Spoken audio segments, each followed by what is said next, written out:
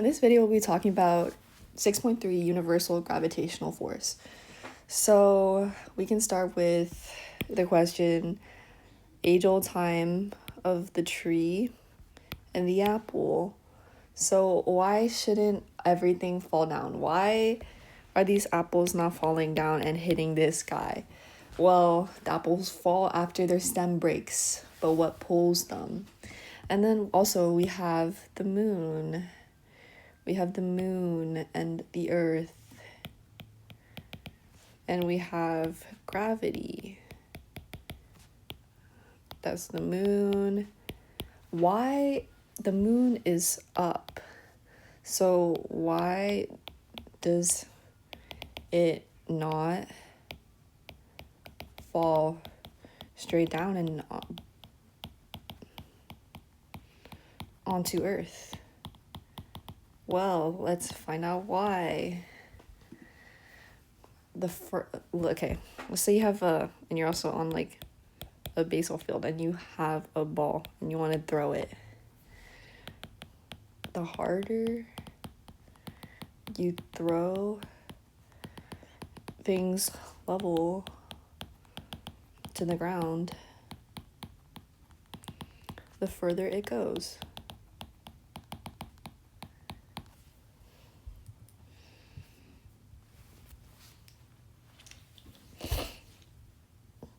And also, if you throw it fast enough, it will keep going faster even though it gets shot away. And if you throw a ball faster without air, it would go further. But is there a limit? Well, we can think of Newton's law of universal gravitation. So gravitation, well, attraction is directly proportional to each mass and is inversely proportional to distance squared.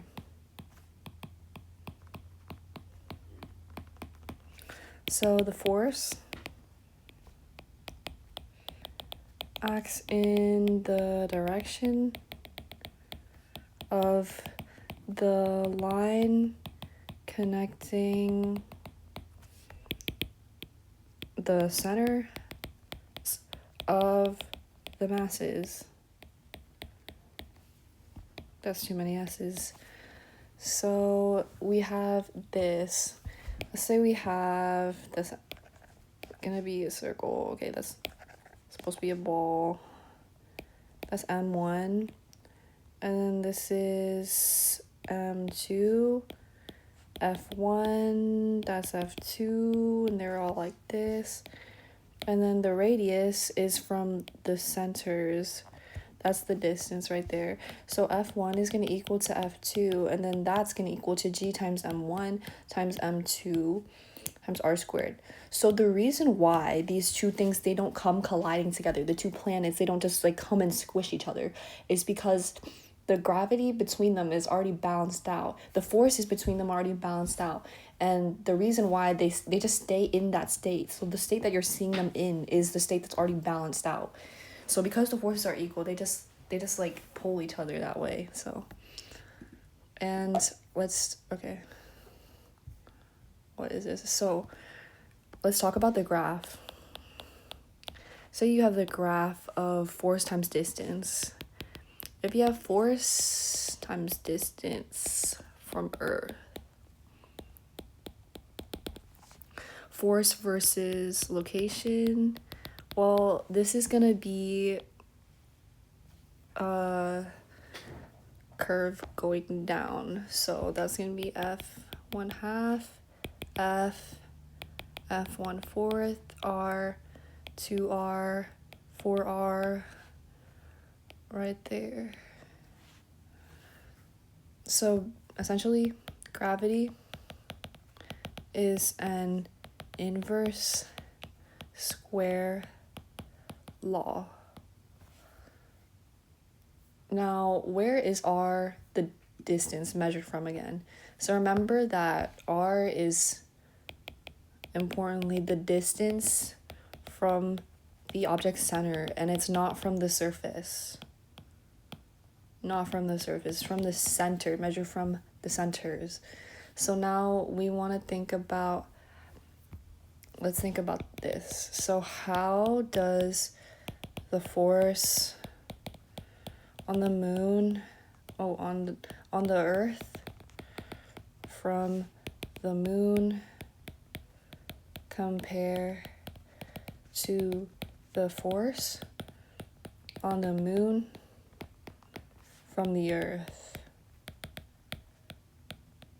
Well, we can use the third law, Newton's third law, which are force pairs are equal and opposites.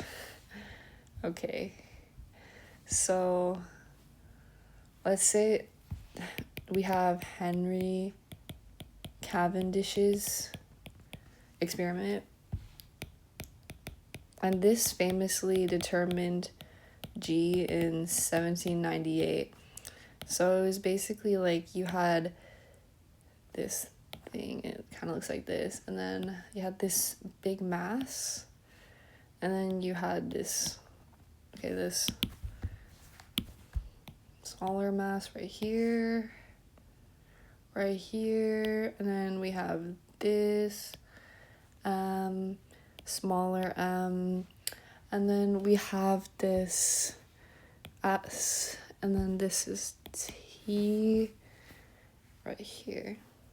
So basically it spins around here. So what his torsion balance experiment did, it determined gravitational constant G, and it also demonstrated the Newton's inverse square law of gravitation. So essentially, large lead spheres placed close to small ones caused angular deflections.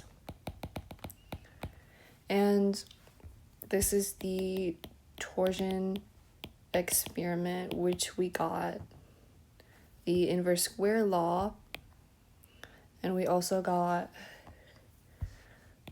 gravitational constant G.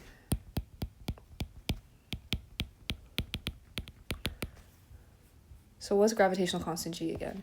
So gravitational constant G is equal to 6.67 times 10 to the negative 11 newtons times meters squared divided by kilograms squared. So now let's do some practice problems. So let's say that we have one. If the mass of one is tripled, what is the change in force exerted on other? Well, we have the equation Fg is equal to G is equal times m1 times m2 divided by r squared. So the new equation is going to become G times 3m1 times m2 divided by r squared. So that means that the times 3 means that the force of gravity is tripled. So Fg is basically 3 times Fg. Great. So let's say these are just proportional reasoning problems. So if the radius is quadrupled, how does force change? Well, again, we know that this is Fg, and then what is going to happen? Okay.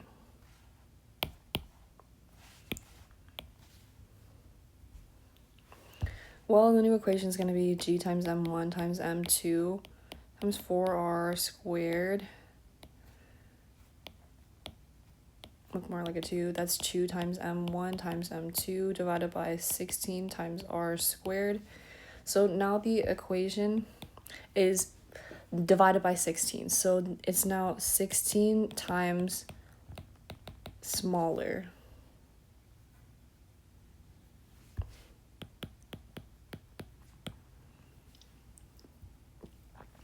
So now let's say we have 2 spheres of equal mass have a force of gravity of 7.0 times 10 to the negative 9 exerted on each other.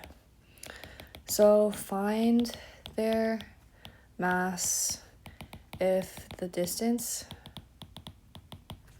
between them is 7.0 meters.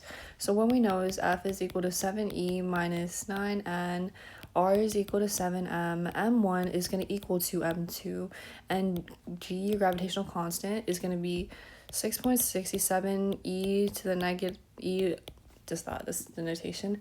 So F is going to be equal to G times m1 times m2 over r squared equal to G times m squared over r squared, which is going to be 7e minus 79, that's going to be 6.67e 11m squared divided by 7 squared. M is going to equal to 72 kilograms. Now let's do another problem. Let's say we have this. So find the value of the gravitational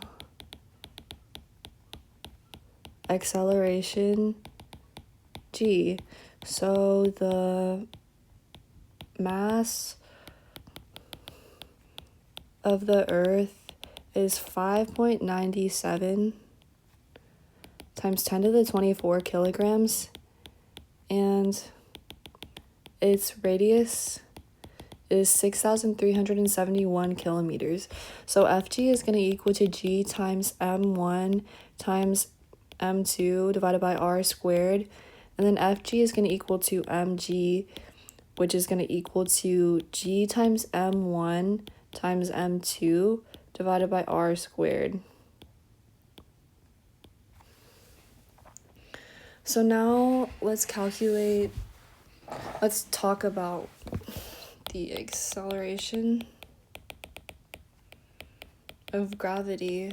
So we saw from the last question that acceleration due to gravity is going to be equal to A, which is going to equal to G times M squared over R squared.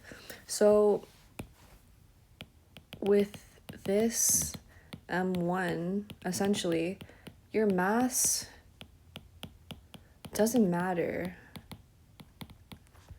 So all things accelerate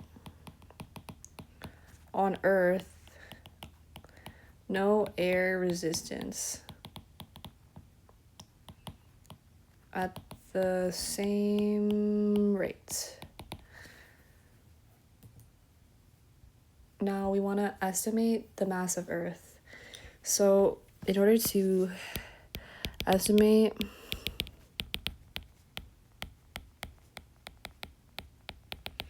R is going to approximate the radius of Earth is approximately 6,400 kilometers. And A is going to equal to 9.81, G is going to equal to 6.67 E, 11, M is going to equal to AR squared over G, that's going to equal to 9.81 times 6.4E6 squared divided by 6.67 E11. M of the Earth is approximately 6.0 E to the E24 kilograms. That's going to be the estimated mass. That is fine. So this is our equation. Okay. g times m squared over r squared. And then you convert it to this form.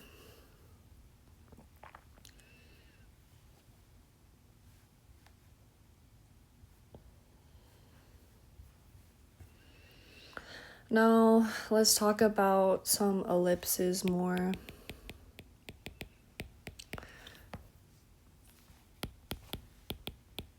A planet's orbit elongation is defined as orbital eccentricity. So orbital eccentricity, E equals 0, is just, this is basically like a measure of how circular something is. So when it's E of 0, that's going to be a perfect circle. And then let's say we have this slightly elliptical shape. That's going to be E is equal to 0.66. And then you're going to have two foci right there. And these are going to be your foci. They only exist when you have an ellipse. A circle doesn't have a foci because there are no focal points. They're basically points of reflection. And a circle is just perfectly round. So 0.87. As you can see, when it trends towards 1, so this is circular ellipse. Let's see, they just get skinnier and skinnier and skinnier. And then this is not looking like a ellipse. So this is gonna be almost, it's almost a straight line. That's E is equal to 0.99. E is equal to 0.96. And some vocab words that you should know is that perihelion means that it's the closest to the sun. That's like the part of like the, so imagine that the sun is on the major axis of the ellipse. So then on the major axis, it's split into parts. And wherever that sun lies, like the closest to the wall of the ellipse, that's going to be the perihelion. And then the aphelion is going to be the part that is farthest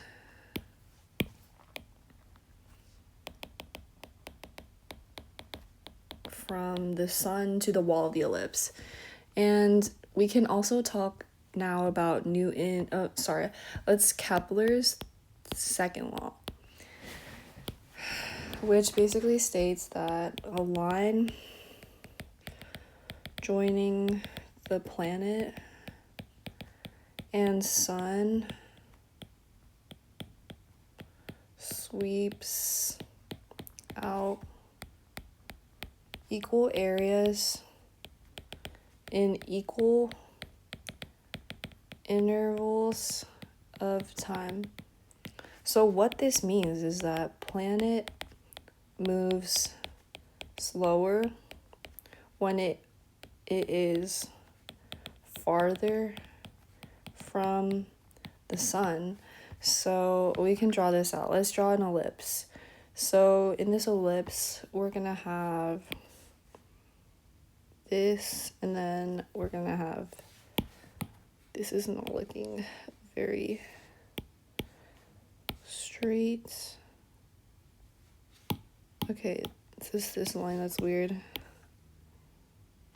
Yeah, so this is the perihelion, and then this is the aphelion, and let's call this P2, P1, and then let's call this P4. That's gonna be S, this is gonna be P3, and we can also have that planet. Okay, let's actually just copy and paste that part up there. Okay. Planet moves faster when closer to the sun, obviously, because like think about it, there's less, well, the distance is just the like circumference, and it's just a smaller like distance to travel, so it's gonna be moving faster, and it will take less time to finish a revolution.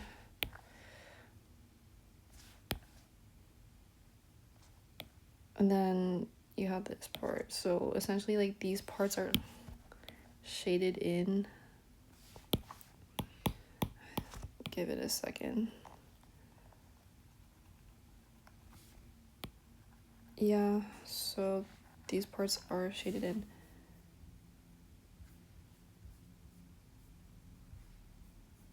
So that's about it. Thanks for watching.